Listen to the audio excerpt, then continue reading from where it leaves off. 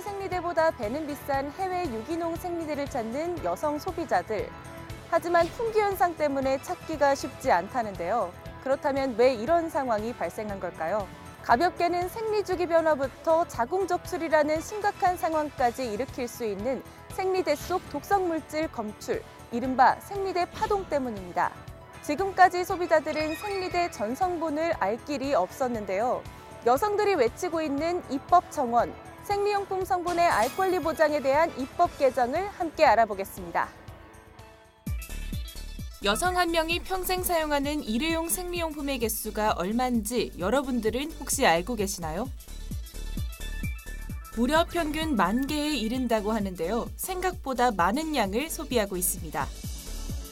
화장품이나 휴지, 심지어 물티슈에도 소비자들은 전성분을 꼼꼼하게 살피며 구입을 하는데 이렇게 소비 개수가 높은 생리용품에는 왜 전성분 표시가 돼 있지 않을까요? 정부는 이 문제를 소홀히 치경하면서 단 한 번도 정확한 인가 한계를 조사하기 위해서 노력하지 않았습니다. 내 몸이 증거다. 나를 조사하라. 조사하라. 조사하라. 조사하라. 옥시의 가습기 살균제 사태 이후 치약, 살충제 계란, 생리대 부작용까지 초래돼 소비자에 대한 논란은 연이어 일어나고 있습니다. 저희는 생리용품 성분 알 권리 보장에 나선 국민의 목소리를 들어보기로 했습니다. 여성 건강을 위해 안전한 생리대를 사용하고 싶어요. 국내 생리대의 규제는 20년 전에 머물러 있는 걸로 알고 있습니다. 국민이 믿고 사용할 수 있도록 생리용품 알 권리를 보장해 주세요.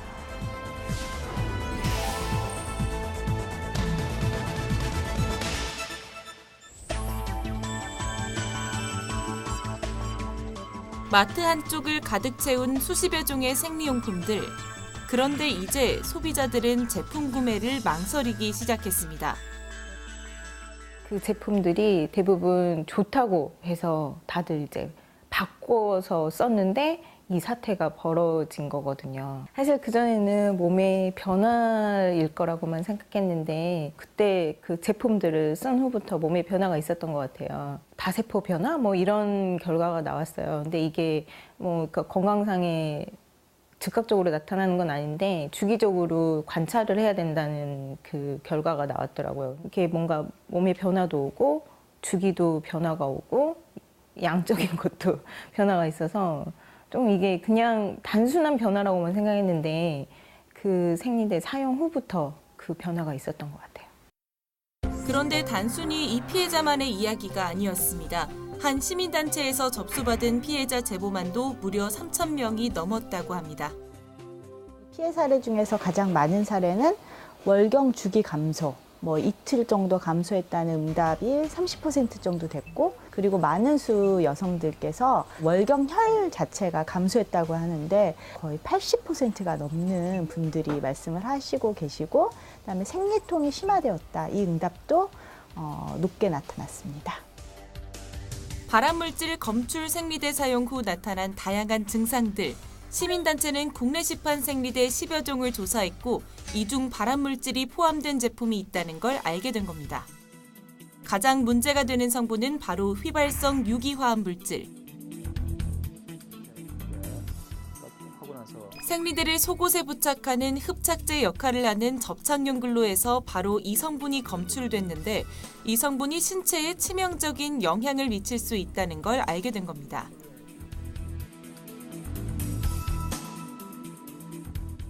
처음에 실험을 했을 때 굉장히 많이 나와서 저도 놀랐어요. 한 200여 종의 물질들이, 굉장히 많은 물질들이 나왔어요. 절대량으로서는 작지만은 생리대를 사용하는 환경이 굉장히 좁은 공간에서 사용하기 때문에 미량이더라도 굉장히 높은 농도의 여성들이 노출되고 있구나 하는 그러한 결과들을 얻었습니다. 200여 종이 넘는 성분들 중에 독성이 확인된 물질은 극히 일부에 불과하다고 하지만 민감한 피부에 지속적으로 노출이 된다면 치명적인 결과를 가져올 수도 있을 겁니다.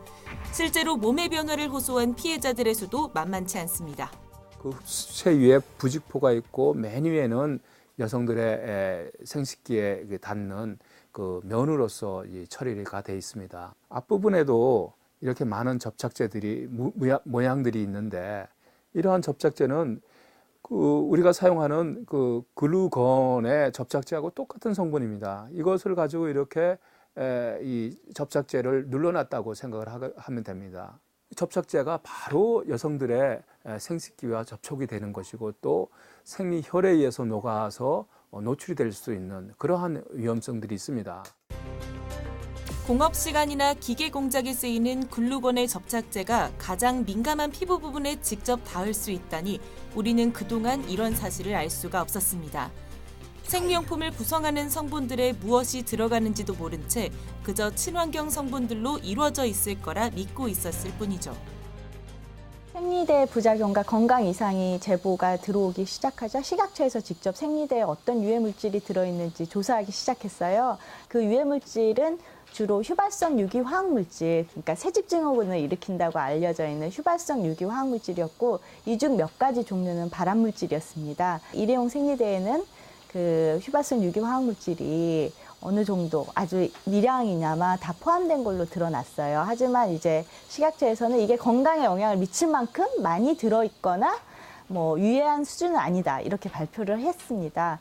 인체 유해성이 높은 10종의 VOC를 우선 전수조사한 것으로 모든 유해 물질과 건강 영향을 조사한 것은 아닙니다.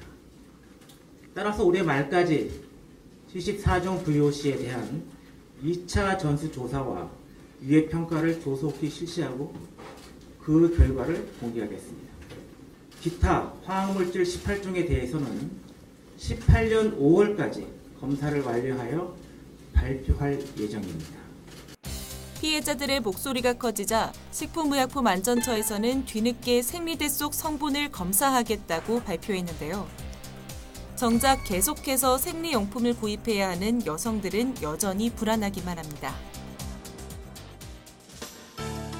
생리대 파동 이후 좀 더 안전하고 믿을 만한 제품을 찾는 여성들의 관심은 면생리대, 생리컵 등으로 옮겨가며 판매량이 수직 상승했다고 합니다. 심지어 믿지 못할 국내 제품을 버리고 고가의 해외 유기농 생리대를 구입하기 시작하면서 품절 사태까지 벌어졌죠. 어찌 보면 참 씁쓸한 일이기도 합니다.